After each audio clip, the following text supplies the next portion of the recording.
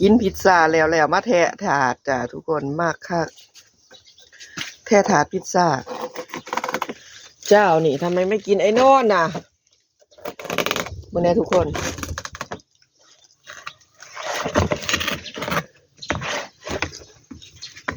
มันยังอยู่ทำไมไม่กินไปแทะทำไม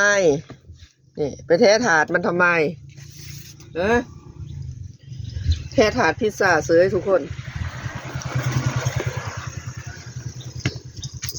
เขาคูกเนื้อไก่เฮ็ดให้กินไปแล้วก็กินนมน้ำแล้วมีพิซซ่าชิ้นหนึ่งที่เอกตากินบ่เบิดป่ามาสู่กินเพิ่นแสบหลายคือแทะหอดถาดแทะหอดถาดพิซซ่าทุกคนจ้ะไอเสือ